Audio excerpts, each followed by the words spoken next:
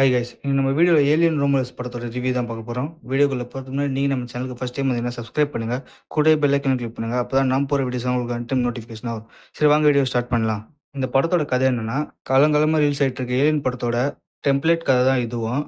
புதுசாக எதுவும் யோசிச்சு மெனக்கெடவே இல்லை, அதே கதை தான். கதை எதுவாக இருந்தால் என்ன, ஸ்க்ரீன் பிளேல என்ன புதுசாக இருக்கான்னு கேட்டிங்கன்னா அதை பற்றி போக போக சொல்கிறேன்.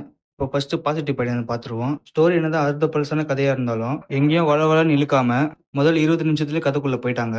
படம் ஸ்டார்ட் ஆனதுலேருந்து முதல் 20 நிமிஷத்துக்கு நல்ல படத்தை தான் வந்திருக்குங்கிற இம்ப்ரெஷன் கிரியேட் பண்ணிடுச்சு. ஆக்டிங்கை பொறுத்தவரைக்கும் எல்லாமே நல்லா நடிச்சிருந்தாங்க. குறிப்பாக ஹீரோயின் கேரக்டர் ரொம்ப நல்லாவே நடிச்சிருந்தாங்க. எனக்கு தெரிஞ்சு இவங்க நியூ ஃபேஸ் தான் நினைக்கிறேன். நியூ ஃபேஸாக இருந்தாலும் ரொம்ப நல்லாவே நடிச்சிருந்தாங்க. படத்தோட ஸ்க்ரீன் பிளே பொறுத்த வரைக்கும் செகண்ட் ஹாஃப் ஃபுல்லாக செம்ம பரபரப்பாக கொண்டு போயிருந்தாங்க. செகண்ட் ஹாஃப்க்கு அப்புறம் வர சீன்ஸ் எல்லாம் சீட்டோட எஜ்ஜில் உட்காந்து பார்ப்பீங்க, அவ்வளோ சூப்பராக எடுத்திருப்பாங்க. மேக்கிங் வைஸாகவும் டெக்னிக்கல் வைஸாகவும் செம்ம ஸ்ட்ராங்கான படம். விஎஃப்எக்ஸ் கூட குவாலிட்டியாக கொடுத்துருந்தாங்க. பேக்ரவுண்ட் ஸ்கோரும் சூப்பராகவே பண்ணியிருந்தாங்க.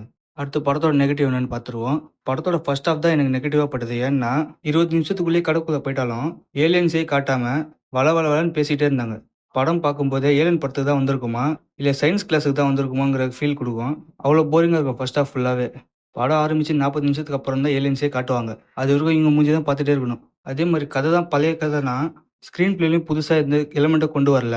பழைய கிளாசிக் படங்கள் இருக்குல்ல, ஏலியன்ஸ் 1 and 2, அந்த படங்களோட குவாலிட்டி கூட இந்த படத்தால் மேட்ச் பண்ண முடியல. அந்த படத்தில் இந்த ஸ்க்ரீன் பிளே அவ்வளோ புதுசாகவும் இருக்கும், ஃப்ரெஷ்ஷாகவும் இருக்கும். ஆனால் இந்த படத்துக்கு அந்த ஒர்க்கே பண்ணலங்க. நான் ஏன் அந்த கிளாசிக் படங்கள் பற்றி பேசுகிறேன்னா, எனக்கு ஜேம்ஸ் கேமரன் எடுத்த ஏலியன்ஸ் 2 படம் ரொம்பவே பிடிக்கும். அந்த ஒரு ஏலியன் படம் மட்டும் தான் நான் பார்த்துருக்கேன். அந்த படம் மாதிரி தான் இந்த படமும் இருக்கும்னு நினச்சி தியேட்டருக்கு போய் இந்த படத்தை பார்த்தேன். படம் பார்த்துட்டு பிறகு தான் டிசப்பாயிண்ட் ஆகிடுச்சு.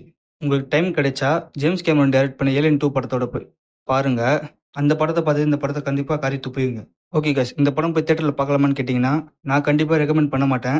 அதேமாரி பார்க்கணும்னு தோணுச்சுன்னா தாராளமாக போய் பார்க்கலாம். தியேட்டருக்கு போய் ஃபர்ஸ்ட் ஹாஃப் ஃபுல்லாக பார்க்கணும். ஃபர்ஸ்ட் ஹாஃப் மட்டும் பார்த்துட்டிங்கன்னா நீங்கள் தான் இந்த உலகத்திலே பொறுமைசாலி. அதேமாரி படம் பார்க்கும்போது தூக்கம் வந்துடுச்சுன்னா கண்டிப்பாக தூங்கவும் விட மாட்டாங்க, கத்தி கத்தி எழுப்பி விட்ருவாங்க. ஓகே கைஸ், நீங்கள் இந்த ஏலியன் படம் பார்த்துருந்தீங்கன்னா உங்கள் ஒப்பீனியன் என்ன கமெண்ட்டில் சொல்லுங்கள். வீடியோ பிடிச்சிருந்தா லைக் ஷேர் சப்ஸ்கிரைப் பண்ணுங்கள். Bye guys.